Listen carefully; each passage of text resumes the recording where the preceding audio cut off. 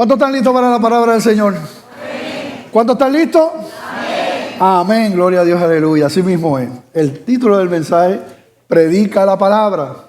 Realmente le pongo el título del mensaje al final, después de preparar el mensaje.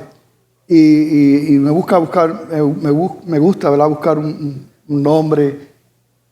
Pero de verdad que el mensaje de hoy, el título tenía que ser ese. Predica la palabra. Ese es el que mandaba, algo simple, ¿verdad? Y directo. Y de eso vamos a estar hablando, como siempre, ¿verdad? Considerando la palabra del Señor. Les pregunto a ustedes, ¿la vida es corta o es larga? ¿Es corta o es larga? Corta, es corta. Bueno, cuando nosotros que sabemos, ¿verdad? Y hablamos de una eternidad, ¿verdad?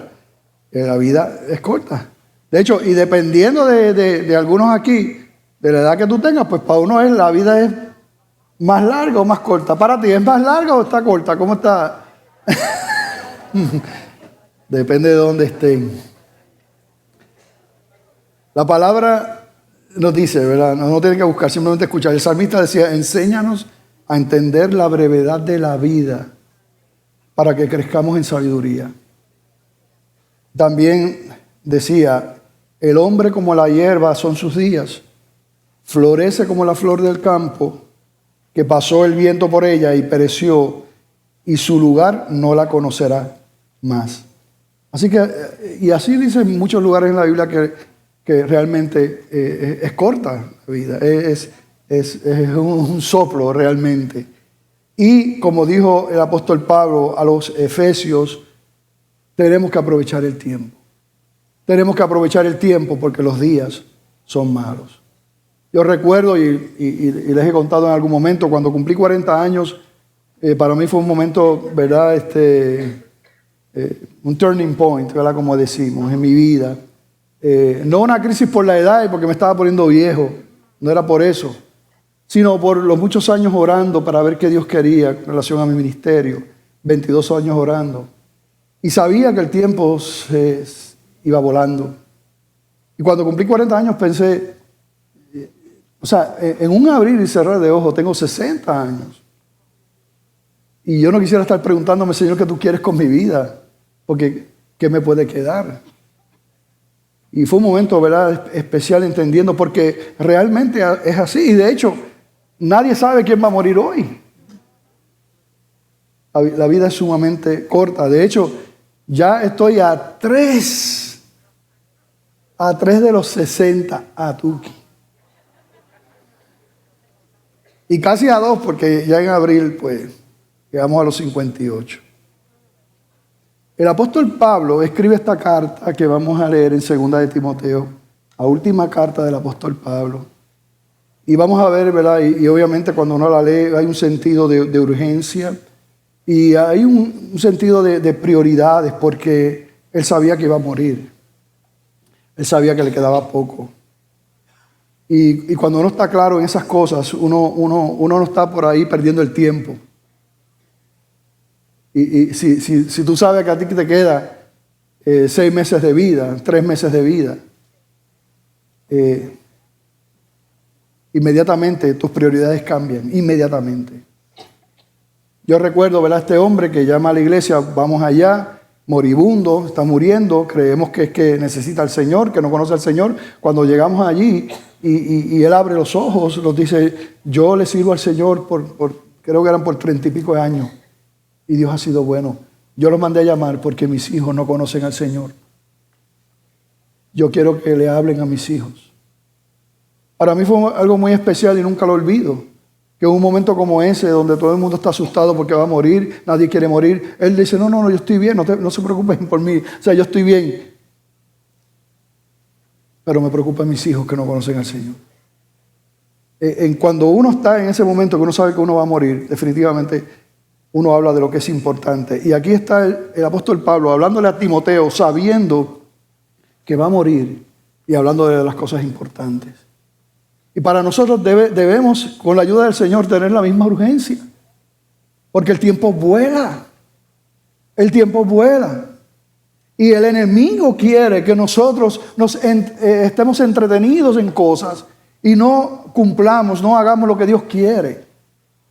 Y mientras el tiempo sigue pasando. Así que les invito a estar en pie para que leamos en 2 de Timoteo 4, del 1 al 8. Sin duda no vamos a poder cubrir todo lo que dice ese pasaje. Podríamos tener muchas predicaciones de esta porción de la Escritura. Pero vamos a ver lo que el Señor, ¿verdad?, nos ha traído en el día de hoy. 2 de Timoteo 4, del 1 al 8. Dice, te encarezco delante de Dios y del Señor Jesucristo, que juzgará a los vivos y a los muertos en su manifestación y en su reino, que prediques la palabra, que instes a tiempo y fuera de tiempo, redarguyes, reprende, exhorta con toda paciencia y doctrina. Porque vendrá tiempo cuando no sufrirán la sana doctrina, sino que teniendo comezón de oír, se amontonarán maestros conforme a sus propias concupiscencias y apartarán de la verdad el oído y se volverán a las fábulas. Pero tú sé sobrio en todo, soporta las aflicciones, haz obra de evangelista, cumple tu ministerio. Porque yo ya estoy para ser sacrificado y el tiempo de mi partida está cercano. He peleado la buena batalla, he acabado la carrera, he guardado la fe. Por lo demás me está guardada la corona de justicia, la cual me dará el Señor juez justo en aquel día. Y no solo a mí, sino también a todos los que aman su venida. Gracias, Padre, por tu palabra. Gracias, Señor, por este día. Y te pedimos, Señor, que tú hables a nuestro corazón. Señor, rompa, Señor, lo que tengas que romper. Que nos guíe, Señor. Que seas tú, Señor, poniendo lo que necesitamos para agradarte, para honrarte y sobre todo para cumplir con tu palabra, Señor, en este día. Cúbreme y ayúdame, Padre, sin ti nada puedo hacer. En el nombre de Jesús. Amén. Se pueden sentar. Y en este pasaje, como dije, hay muchas cosas, hay mucho de lo que hablar. Pero en este día vamos a contestar estas tres preguntas. Primero, ¿qué tenemos que hacer? Según este pasaje, ¿qué tenemos que hacer nosotros, los hijos de Dios, la iglesia del Señor? ¿Cómo tenemos que hacerlo? ¿Qué tenemos que hacer? ¿Cómo tenemos que hacerlo? ¿Y por qué tenemos que hacerlo? Y vamos a responder, ¿verdad?, conforme a lo que dice la Escritura, porque como nosotros repetimos, la única norma de fe y conducta en la Iglesia Bautista de Glenview es que, ¿cuál es la única norma de fe y conducta de la Iglesia Bautista de Glenview? La palabra de Dios, la Escritura. Así que no predicamos nuestra palabra, sino la palabra del Señor. Y aunque esto es una carta que se conoce como una carta pastoral, una de las cartas pastorales, ¿verdad?, dirigida, ¿verdad?, con unos requisitos a los ancianos, a los líderes, a los pastores, no deja de ser palabra de Dios. Por lo tanto, es palabra para todos y no solamente para los pastores y para los líderes. Así que ciertamente esto es una palabra para Timoteo, que era uno de los líderes. Es un consejo pastoral para él, pero también, como es palabra de Dios, es para todos nosotros lo que nos está diciendo la Escritura, ¿verdad?, desde el lugar donde Dios nos ha llamado. Y vamos rápidamente a la primera pregunta: ¿qué tenemos que hacer? Y la contestación es: predica la palabra. Ese es el corazón de lo que está pasando en ese texto. Predica la palabra. Iglesia, predica la palabra. Está relacionado lo que está diciendo el apóstol Pablo con una palabra que tanto utilizaban los griegos como también los romanos, que fueran heraldos, que eran aquellas personas que hablaban, que predicaban, que proclamaban públicamente y formalmente un mensaje, ya sea de parte del emperador o de lo que sea. Pero esa misma palabra ahora no para los griegos, para los romanos, sino para llevar el mensaje del Rey de Reyes y Señor de señores. Y el apóstol Pablo utiliza eso para hablarle a Timoteo y hablarnos a todos nosotros con nuestra obligación de proclamar a los hombres su autoridad y su palabra. Eso es lo que dice. ¿Qué vamos a hacer? ¿Qué tenemos que hacer? Predica la palabra. Lo primero que tenemos que decir es que está implicado ahí inmediatamente en ese verbo imperativo, que es un mandato. Que los hijos de Dios no tenemos la opción, si somos hijos de Dios, a predicar o no predicar, a evangelizar o no evangelizar. No, si somos hijos de Dios, tenemos que predicar la palabra del Señor. Somos llamados para eso. Y uno puede escuchar muchas cosas, y uno puede tener opiniones, muchas opiniones, hacer lo que le dé la gana. Tú puedes venir aquí y hacer como te dé la gana, claro que sí, tú tienes la libertad. Pero el hacer lo que te da la gana, si no está conforme a lo que Dios quiere, pues lo estás haciendo mal. Y vas a terminar mal. Porque hay un solo Señor, hay un solo soberano, hay una sola autoridad, es Dios. Y Dios nos ha dado su palabra para saber qué nosotros tenemos que hacer. Así que esto no es algo opcional. Todos somos llamados, si somos hijos de Dios, a predicar la palabra. Y como vemos en el contexto y más adelante, es un gozo para los hijos de Dios. Esto es algo que sale del corazón de los hijos de Dios, porque la simiente del Señor está en nosotros, porque el Espíritu Santo está en nosotros y lo produce. Eso no quiere decir que no haya sus luchas y sus cosas, vamos a hablar de eso.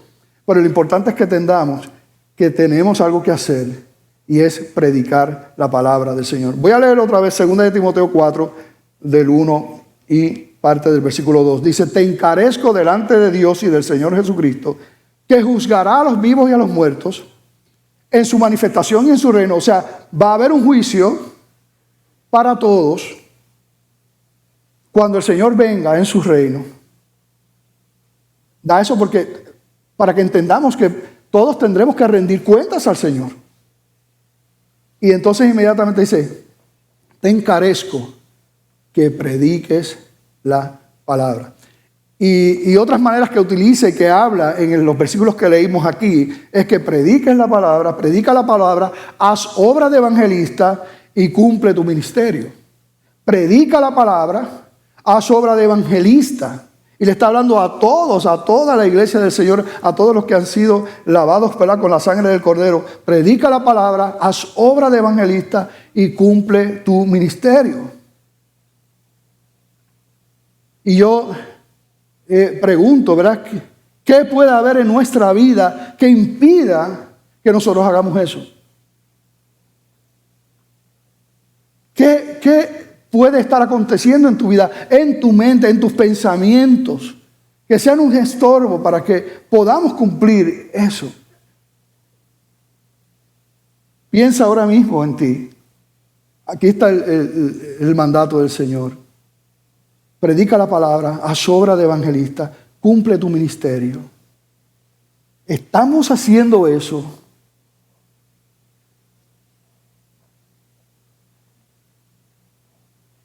¿Estoy tranquilo conmigo en lo que tengo que hacer? Yo no sé tú, pero cuando yo leo esto, no me siento bien. Porque sé que hay cosas que tengo que trabajar. Cuando yo veo ese énfasis del apóstol Pablo, predica la palabra, haz obra de evangelista, cumple tu ministerio. Y si eso es lo que tenemos que hacer, ¿qué puede estar estorbando? ¿Tu trabajo? ¿Que tú quieres hacer dinero? ¿Que lo que tú te quieres es casar? ¿Que lo que tú quieres es tener bienes materiales? ¿Que lo que a ti te interesa es tener una iglesia que puedas ir tranquilito y nada más, y no hacer nada más?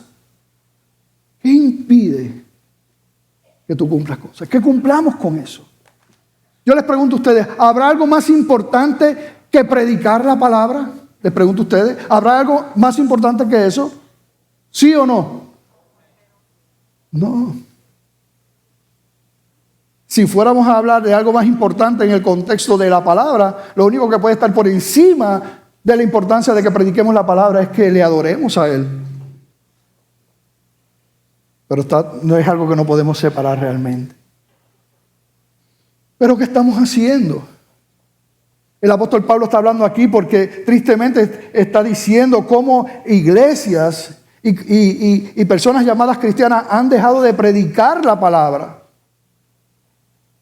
Y esto no pasa solamente en los púlpitos, donde ya no se habla del arrepentimiento, ya no se habla del infierno, ya no se habla de la condenación, sino que cada vez más escuchamos iglesias donde el centro es el hombre. Y seguiremos predicando contra esto, y seguiremos mencionándolo en nuestras predicaciones, porque eso es lo que está haciendo Satanás con las iglesias. La única manera en que nosotros podemos ser salvos es mediante la obra de nuestro Señor Jesucristo y la obra del Espíritu Santo, mostrando que somos pecadores y que tiene que haber arrepentimiento. Hay pastores que dicen, yo lo he escuchado en entrevistas, que dicen: Dios no me llamó a hablar del pecado ni a predicar del pecado. Dios me llamó a predicar del amor y de la paz y de la gracia. Yo te puedo garantizar a ti algo. Eso no fue Dios que lo llamó.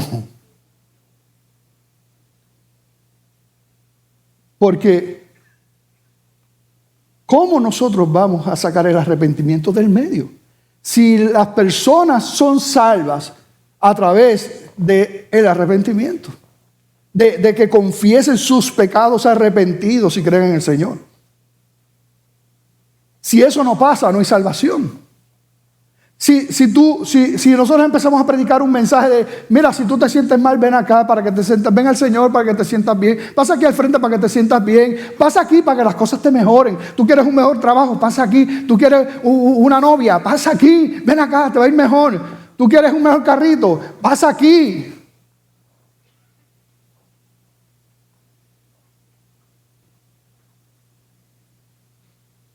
Pero al final de los tiempos, en ese evangelio no hay salvación.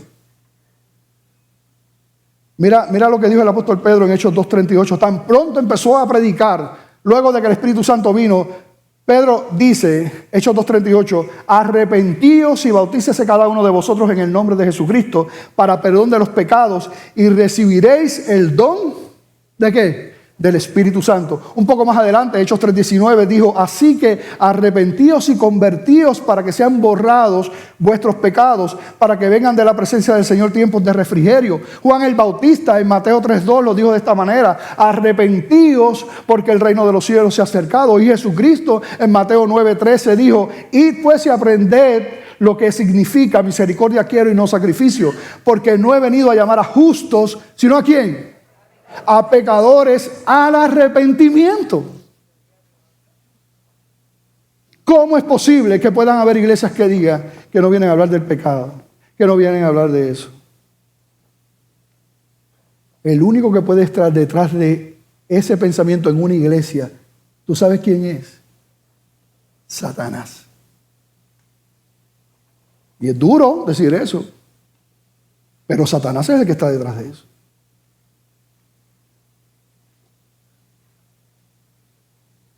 William Booth, fundador del Ejército de Salvación, escribió estas palabras sobre el comienzo del siglo XIX, siglo XX, 1900, a principios del siglo XX. Él dijo: el principal peligro del siglo XX será la religión sin el Espíritu Santo, el cristianismo sin Cristo, el perdón sin arrepentimiento, la salvación sin regeneración, la política sin Dios y el cielo sin el infierno. Y eso es estamos hablando a principios del siglo XX, quizás antes de que llegaran en 1900. Y wow, qué verdad es hoy día, como también decía Franklin Graham, ¿verdad? Qué verdad es hoy día eso también. La razón de ser de la iglesia, primeramente, como dije ahorita, es darle gloria a Dios. Y segundo, la razón por la que nosotros permanecemos aquí en la tierra es para evangelizar, para que prediquemos la palabra de Dios a toda criatura, a cada vida. Y seguimos ahí, seguimos predicando este mensaje y seguimos hablando del corazón del evangelio. Seguimos. Porque eso es lo que Dios quiere, por eso es que estamos aquí. Y necesitamos entender eso. Y necesitamos salir de estas cuatro paredes. Y necesitamos tener eso en el corazón. Y somos débiles todos. Por eso necesitamos clamar al Señor: Señor, pon esto en mi corazón, ayúdame, Señor.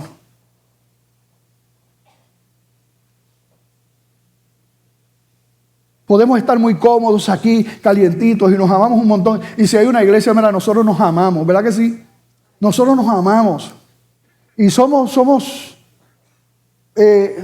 cariñosos, ¿verdad? Y nos encanta eso. Y nos encanta estar juntos, y nos encanta reírnos, y eso es bueno. Y damos gracias a Dios por los recursos que nos ha dado y toda la bendición que nos ha dado, poder estar aquí, aire acondicionado, sillas comoditas, estamos aquí, todo lo que qué bendición. Pero eso no se trata de eso.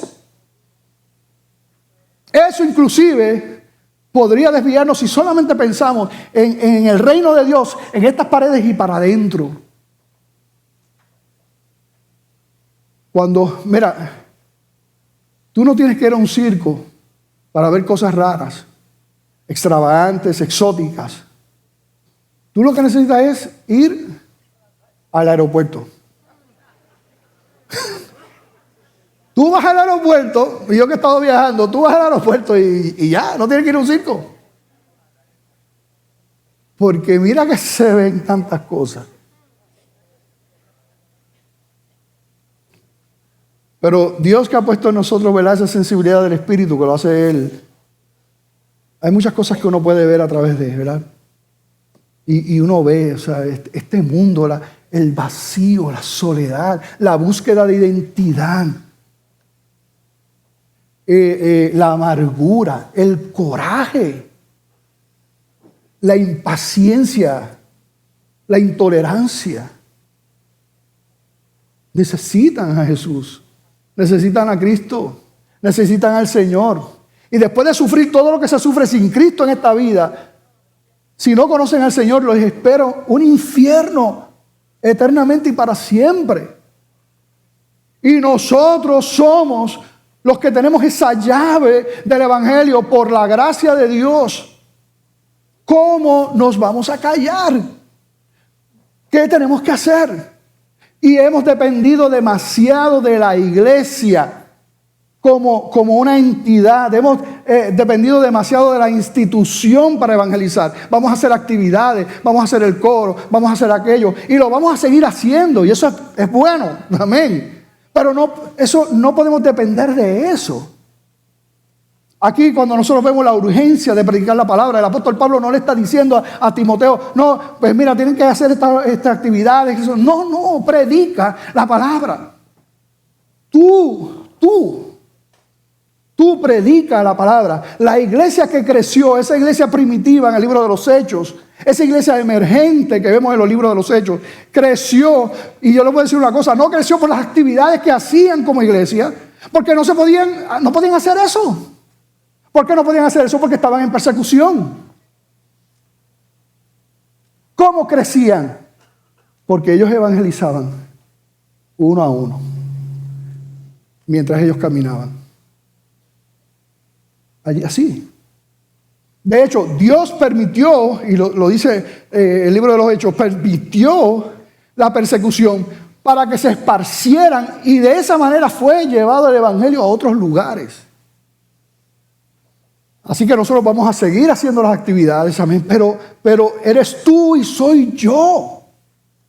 Entiendo la urgencia, entiendo el mandato, entiendo la necesidad. Amo al que está perdido como Dios lo ama, lo veo como Dios lo ve.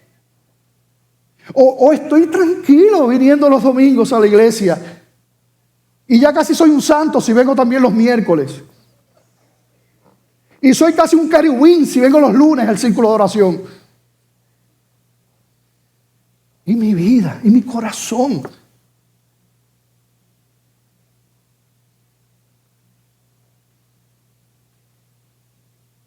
Esa gente que se está perdiendo. Me duele eso. Me duelen los hogares donde toman a esas niñitas y esos niñitos y los abusan sexualmente porque Cristo no está allí.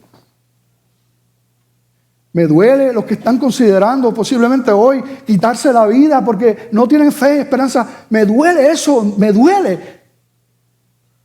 Lo veo como algo que tengo que hacer. Y no estoy hablando de mí, estoy hablando de ti. No de mí solamente, de ti también. Nos hemos acostumbrado a la religión, esa es la verdad. La verdad es que nos hemos acostumbrado a la religión. Y necesitamos, por eso oramos por un avivamiento. Oramos por un avivamiento, que el Señor nos quebrante, que el Señor trabaje con nosotros. Porque no se trata de venir los domingos aquí únicamente. Es una vida, es un corazón. Jesucristo dijo: id por todo el mundo y predicad el evangelio a toda criatura. Marcos 16:15. Predica la palabra. En el capítulo 2 de 2 de Timoteo, versículos 1 y 2, el apóstol Pablo también le dice a Timoteo: tú pues, hijo mío, esfuérzate en la gracia que es en Cristo Jesús. Me encanta la palabra, la maravillosa palabra del Señor. O sea, ¿dónde nos esforzamos? Fíjense cómo es la palabra y cómo es Dios con nosotros. Gracia, ustedes saben que es un regalo, ¿sí o no? Gracia es un favor inmerecido. Es un regalo. La gracia necesita esfuerzo, ¿sí o no? Ok, eso es lo que quiero, ponerlos a pensar. Porque si es gracia, no es obra, no es esfuerzo, ¿verdad? Es el regalo del Señor. Pero, sin embargo, mira cómo lo presenta la Escritura y el apóstol Pablo. Esfuérzate ¿en qué? En la gracia. No te esfuerces en tu justicia, no te esfuerces en tus habilidades, no dependas de tus capacidades. Porque te voy a decir, en las cosas espirituales, tú puedes ser el cheche que tú te creas, pero para ningún lado es que vas, porque esto es una obra espiritual. Ningún hombre, por más dones y talentos que tenga, ninguna mujer puede hacerlo. Solamente el Señor. Ahora, sí podemos hacer algo. ¿Qué? Esforzarnos en ¿qué? En la gracia, en entender lo que hemos recibido, en entender quiénes somos, en entender quién está con nosotros, en entender cuál es el propósito que nosotros tenemos como iglesia. Nos queda poco tiempo, hermanos. Aun cuando hayan aquí jovencitos,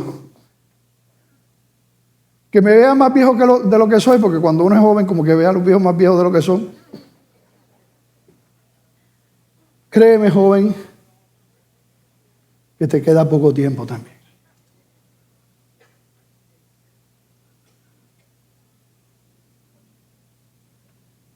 El apóstol Pablo ahí mismo en 2 de Timoteo capítulo 2, versículo 15, sigue añadiendo: procura con diligencia. ¿Cómo? Ayer esfuérzate en la gracia. Procura ¿cómo? Con diligencia presentarte a Dios aprobado, como obrero que no tiene de qué avergonzarse. Y mira lo que dice después: que usa bien la palabra de verdad. Iglesia Bautista de Glenview, nosotros necesitamos predicar la palabra de Dios. Necesitamos predicar la palabra de verdad. Amén. Repítanlo conmigo.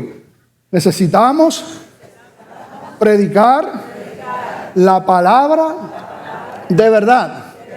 Necesitamos predicar la palabra de Dios.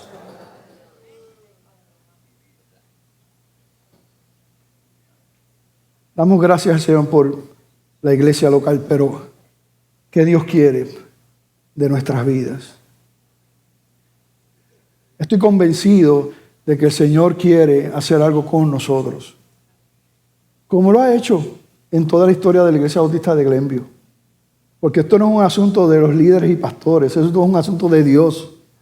Al contrario, nosotros, ¿verdad? Y yo, al igual que el pastor René, puedo dar testimonio que la obra es a pesar de nosotros. Que la obra es a pesar de nuestras metidas de pata. Porque la gloria es para Él. Pero estoy convencido de que el Señor quiere trabajar con nosotros.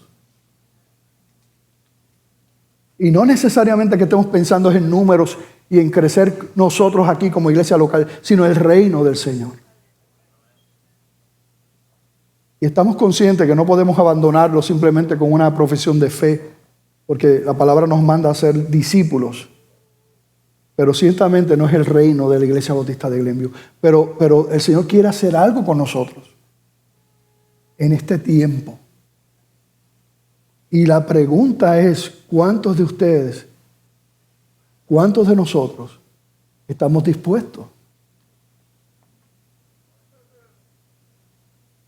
Estamos dispuestos a ver qué es lo que el Señor quiere.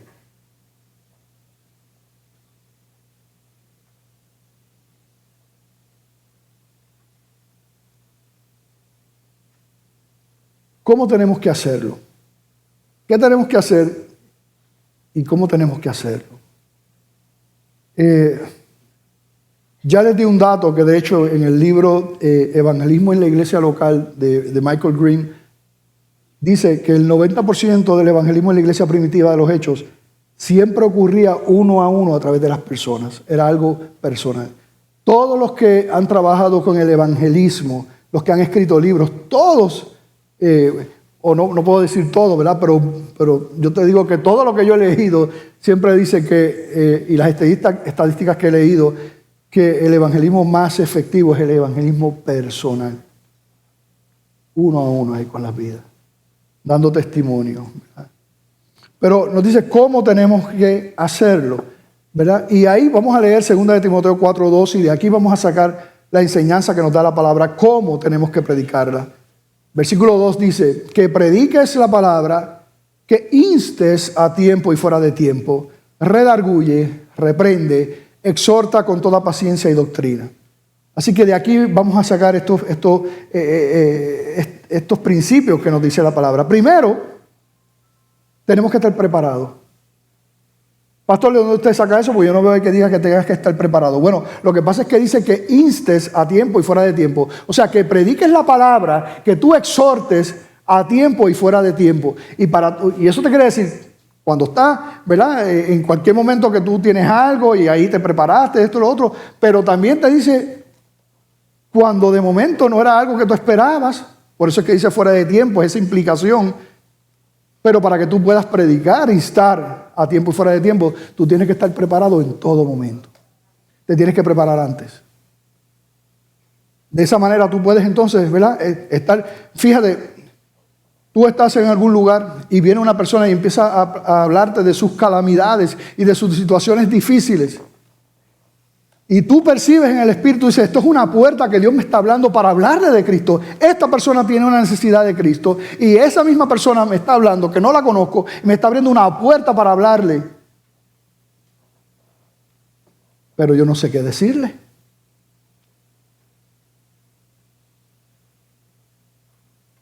Aquí no está el pastor, aquí no está el maestro. ¿Qué le puedo decir? Por eso es que tenemos que prepararnos.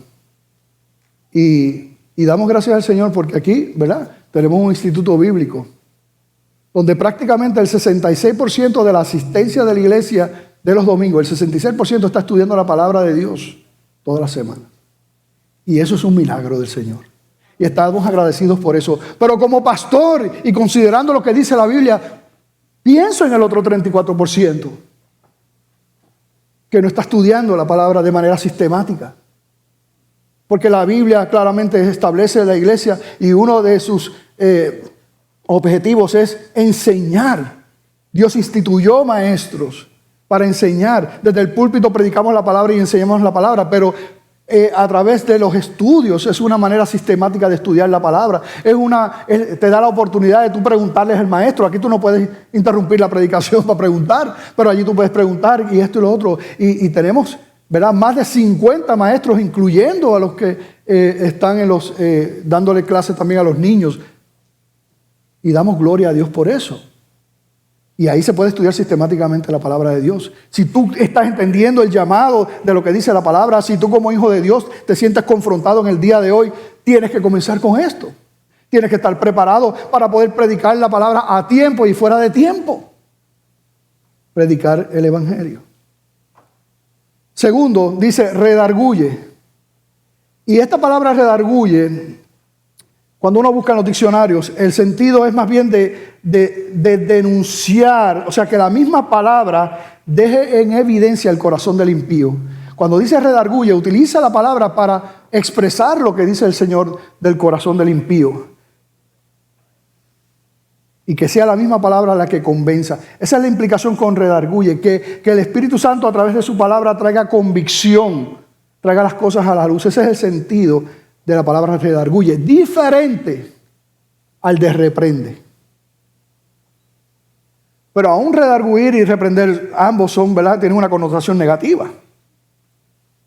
Pero reprender es interesante porque esa palabra solamente aparece en los evangelios Mateo, Marcos y Lucas.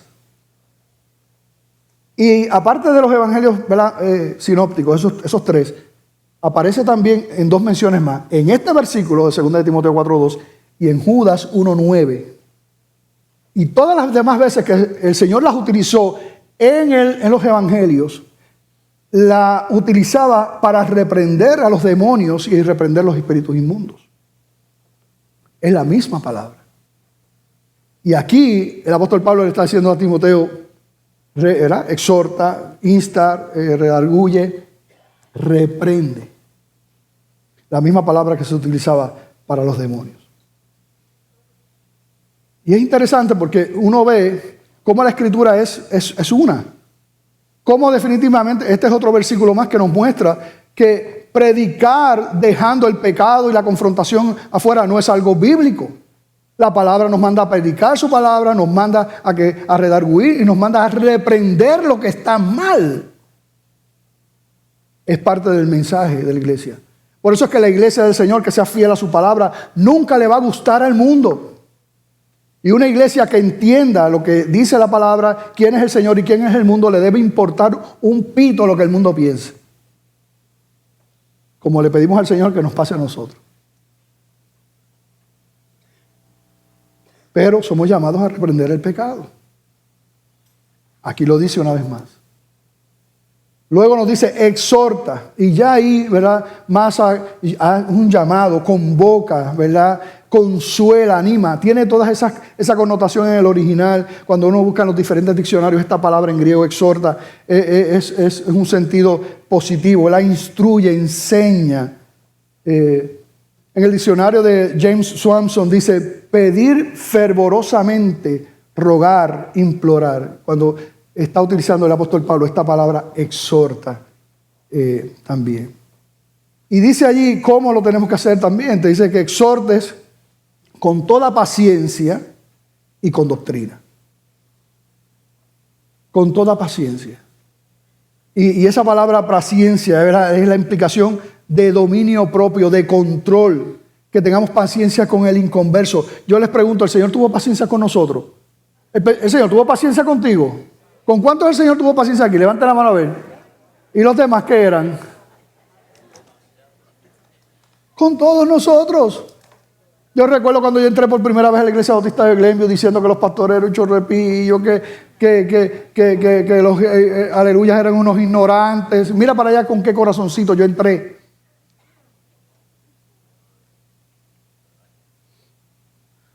Y tuvieron misericordia conmigo y paciencia. Aún de recién convertido decía 20,000 malas palabras en una oración y no me daba cuenta. Y tuvieron paciencia conmigo. Y eso es lo que implica aquí, cuando te dice exhorta con paciencia.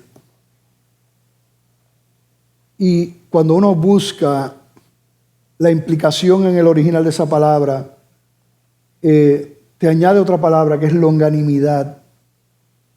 Y la definición de longanimidad es grandeza y constancia de ánimo en las adversidades. Es ese espíritu generoso para aquellos que no conocen al Señor, como Dios lo tuvo con nosotros. Pero exhorta con doctrina también, que es conocimiento. Vuelve y reafirma que es importante que conozcamos la palabra del Señor. Así que, ¿qué es lo que tenemos que hacer nosotros, los cristianos? ¿A qué estamos llamados nosotros? ¿A qué? ¿A qué? A predicar la palabra. Voy a preguntar otra vez. ¿A qué somos llamados nosotros los cristianos, según el pasaje que estamos estudiando hoy? ¿Qué? A predicar la palabra. ¿Y cómo tenemos que hacerlo? Con paciencia, redarguye, reprende, ¿verdad? Exhorta. Muy bien, ahí son muchos, ahí los entiendo, si no, después los que pasan. ¿Por qué tenemos que hacerlo? Primero, vemos la implicación del mandato. Y los mandatos hay que obedecerlos.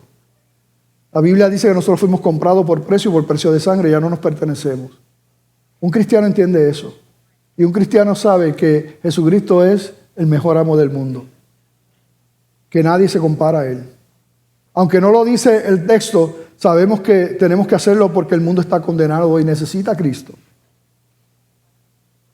Pero también nos deja ver el texto porque los días, ¿verdad? Los tiempos son difíciles.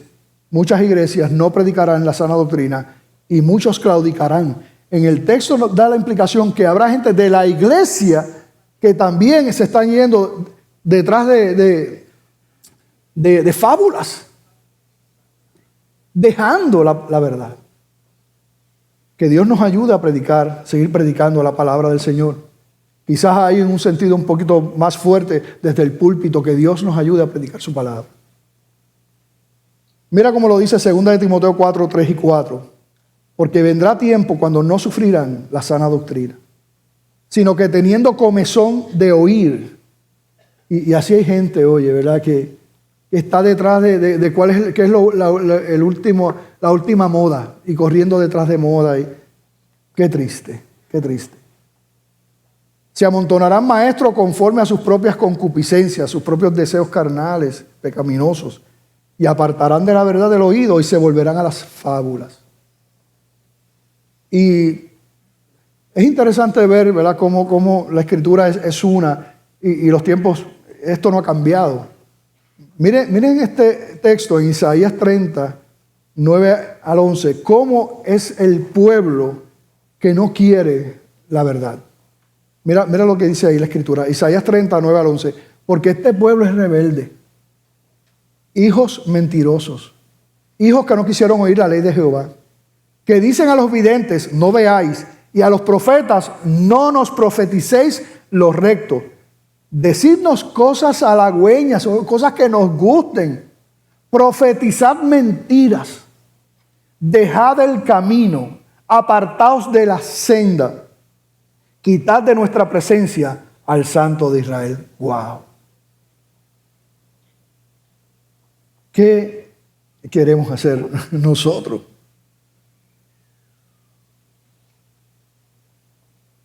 Y ciertamente, ¿verdad?, vemos esta necesidad, por eso hay que predicar.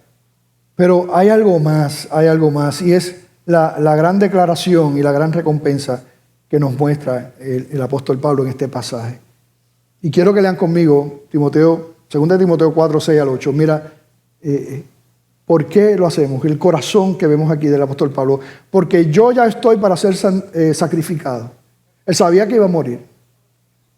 Y sabía que iba a morir de una manera terrible, horrenda. Y el tiempo de mi partida está cercano. Pero mira poder decir estas palabras. He peleado la buena batalla. He acabado la carrera. He guardado la fe. Por lo demás, me está guardada la corona de justicia, la cual me dará el Señor, juez justo, en aquel día. Y no solo a mí, sino también a todos los que aman su venida. ¿Qué manera de terminar? Y el apóstol Pablo no era un orgulloso, ¿saben?, ni un arrogante. Sino él está expresándole al Señor, que conoce el corazón, que él ha vivido de una manera, se ha hecho todo lo posible por agradarle a él, obedecerle a él. Y de la misma manera que el apóstol Pablo podía decir eso, y podía aspirar eso por la obra del Espíritu Santo en nuestra vida, por la obra del Señor en nuestra vida, en la vida de los hijos de Dios, nosotros también podemos aspirar a eso. Pablo no era diferente a nosotros. Pablo no era un Dios, no era un ser divino. Era un hombre de carne y hueso como tú y como yo. Pero se esforzó en la gracia. asió todos esos regalos que hemos recibido con el único propósito de entregárselos a Él. Timothy Keller, ya está con el Señor, ¿verdad? Un teólogo, porque aquí habla, ¿verdad?, de esa corona de justicia que el Señor le va a dar. Y él hablaba, ¿verdad?, de esa corona, Timothy Keller. Y él decía que hemos sido hechos para ser afirmados, ¿verdad? Que todos necesitamos ser afirmados. Y que necesitamos que Dios nos afirme. Y Dios nos ha hecho así. Y no hay nada de malo en eso, ¿verdad? Y él de hecho compartió una experiencia en su vida, ¿verdad? Que hizo algo súper bien y todo el mundo. Y él lo recuerda como uno de los momentos más felices en su vida. Pero yo quiero que ahora mismo tú pienses en el momento posiblemente, ¿verdad?, de mayor felicidad en tu vida. Trae a tu memoria eso. Quizás cuando eras jovencito, un niño, un adolescente, no sé, piensa en el momento que tú entiendes que fue el momento que de mayor felicidad en tu vida, que experimentaste, ¿verdad? ¿Verdad? De una experiencia, ¿no? ¿Verdad? Y entonces él decía, ahora multiplica eso, ¿verdad? Multiplica esa experiencia. Y él decía por trillones, ¿verdad? Y dice, y eso no se va a comparar jamás a la felicidad y lo que nosotros podemos sentir cuando estemos en la presencia del Señor y podamos decir unas palabras como esa. Haber hecho lo que teníamos que hacer, ¿verdad? Haber peleado la buena batalla, haber acabado la carrera, haber guardado la fe. Y me puse a buscar porque él habló de multiplica, ¿verdad?, tu momento más feliz en tu vida por un trillón. Y eso aún no se compara, ¿verdad?, a uno ver en el Señor esa complacencia al final de los tiempos en nuestra vida. Entonces me puse a buscar y encontré, claro, los números son infinitos, como sabemos, así que siempre habrá un número más grande. Pero uno de los números más grandes, por lo menos en la historia, porque ahora le siguen añadiendo, era, toma ese momento de alegría y multiplícalo por un Google.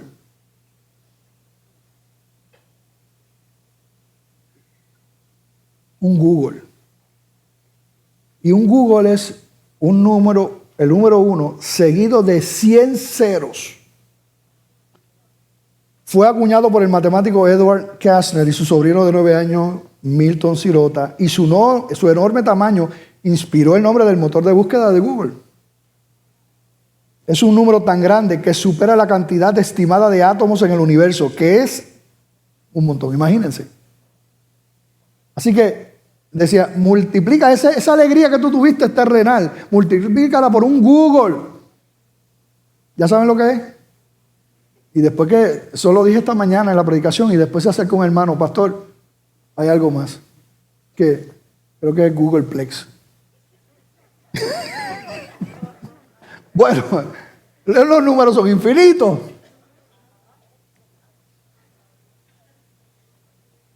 El asunto es, hermano, ¿cuánto tiempo te queda a ti? ¿Cuánto tiempo me queda a mí? ¿Qué estamos haciendo? ¿En qué estamos invirtiendo el tiempo? ¿Qué queremos como iglesia? ¿Qué queremos como familia? ¿Qué queremos como cristianos? Porque el tiempo se nos va. Yo les digo a ustedes que ayer yo me miré en el espejo y yo no tenía canas. Ayer, no sé qué pasó. No sé qué pasó. Todavía queda pelo, gracias al Señor.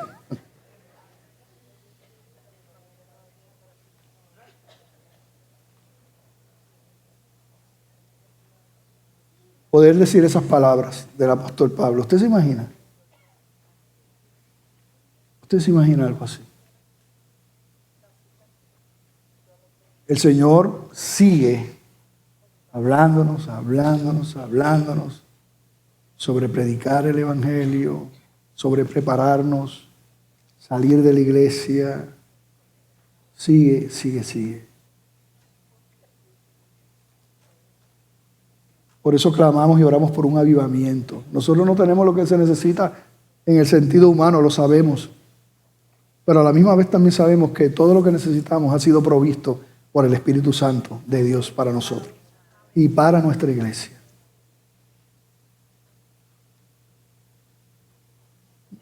De hecho, comenté que vamos a comenzar un discipulado de evangelismo. Lo vamos a hacer los domingos, tarde, noche, bastante tardecito. Y queremos trabajar con aquellos hermanos y hermanas que quieran comprometerse más. A mí me gusta, ¿verdad? No predicar la palabra teóricamente, sino añadirle, ¿verdad? La práctica. Y así que vamos a hacer esto, ¿verdad? Vamos a hacer esto. Y Dios quiera, ¿verdad? Y todos, bueno, que son, ¿verdad? Toda la iglesia, no habría problema. Porque sabemos que el Señor quiere que hagamos esto, ¿verdad? Que hagamos esto. Amén. Pues vamos a estar en pie. Vamos a pedir a los músicos que pasen por ahí para terminar cantando al Señor. Pero quiero preguntar si aquí habrá alguien que ha escuchado el Evangelio. El Evangelio es simple, ¿verdad? Es profundo y simple a la vez, ¿verdad? Dios te ama. Hay un problema, ¿verdad? Tú eres pecador. Dice la Escritura que todos somos pecadores. Yo no te pregunto si tú eres pecador. Yo te digo, tú eres pecador, tú eres pecadora, porque la Biblia lo dice. Todos hemos pecado. Todos estamos separados de Dios. Y la única manera de estar en paz con Dios, la única manera de obtener salvación y que nuestros pecados, ¿verdad?, sean perdonados, es a través de Cristo, creer en Jesucristo. Dice la palabra, más a todos los que le recibieron, a los que creen en su nombre, les dio la potestad de ser hechos hijos de Dios, los que creen. Porque tú no puedes lavar tus pecados. Yo no puedo lavar mis pecados. No hay ningún ser humano que pueda lavar los pecados. No hay ningún ser humano que no haya pecado. Necesitamos a Jesús. Y la manera en que lo hizo fue mediante la fe, la obra del Espíritu Santo a través de la fe. Pero es importante y necesario que tú reconozcas que eres pecador, que eres pecadora y que te arrepientes de eso. Y que te acerques al Señor y digas, Señor, perdóname, te necesito. Que tú lo confieses, porque no solamente es creer, no, yo creo en Dios, ¿verdad? No, confiésalo, como Él también murió públicamente, nosotros confesarlo públicamente también. Y esos que hacen esa confesión de corazón tienen entonces vida eterna. Sus vidas son cambiadas totalmente. Totalmente. Aunque estamos en un proceso, somos totalmente transformados y cambiados por el Señor. Así que pregunto si aquí habrá alguien que hoy toma esa decisión. Dice, Señor, perdóname. Sé que soy pecador, sé que soy pecadora. Sé que me estás llamando. No hay otro camino. No es por hacerte bautista, no es por hacerte de la Iglesia Bautista Glemio, no. Ninguna religión te puede salvar, solamente Cristo. Una relación con Él. Y tú dices, Señor, perdóname, ayúdame. Y tú lo haces públicamente levantando tu mano. Habrá alguien que toma esa decisión, que dice, Señor, perdóname, y levanta su mano públicamente. Y yo quisiera orar por ti. Alguien toma esa decisión este día y levanta su mano al Señor. Siempre preguntamos si hay alguien que ha conocido al Señor y se alejó de sus caminos. Y uno sigue siendo hijo, eso no cambia. Si le entregaste tu vida al Señor de corazón, aunque te hayas alejado de sus caminos, sigue siendo hijo. Pero Dios no quiere que tú vivas de esa manera. Y por eso llamamos a reconciliación, a que regreses a la obediencia, ¿verdad? Te reconcilies con Dios, con tu Padre. Así que pregunto si aquí habrá alguien que o le entrega su vida al Señor o se reconcilia con Él en este día, ¿verdad? Y regresa a casa. ¿Habrá alguien que toma esa decisión? No veo manos que se levanten. Vamos a terminar cantando esta canción, pero tengo que introducirla porque como venimos de un llamado, ¿verdad? De momento como que algo solemne, pues sigue siendo solemne lo que vamos a hacer, pero es un ritmito más tropical. ¿Está bien? ¿Les molesta eso a ustedes?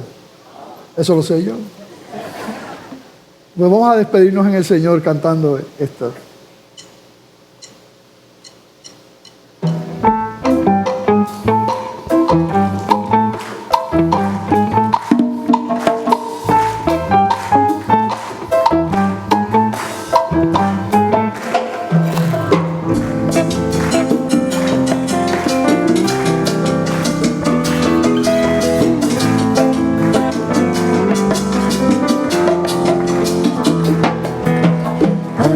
tus ojos y mira, la cosecha está lista, el tiempo ha llegado, la mies está madura.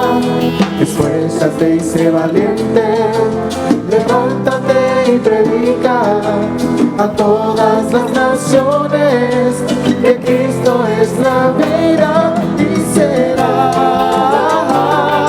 Llena la tierra de su gloria, se cubrirá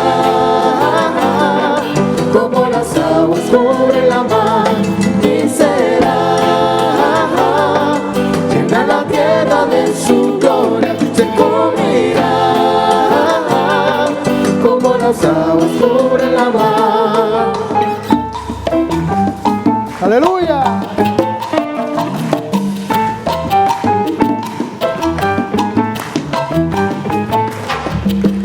Alza tus ojos y mira, la cosecha está lista, el tiempo ha llegado, la mies está madura.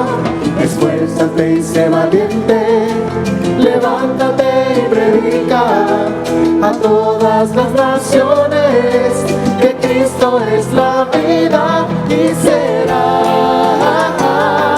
Llena la tierra de su gloria, se cubrirá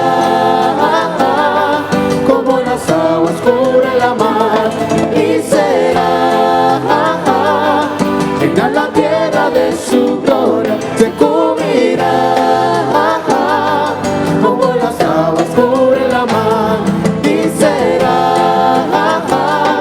Llena la tierra de su gloria, se cubrirá. Orgullo. Y será, y será. Y será la tierra de su gloria, se cubrirá. Otra vez ustedes.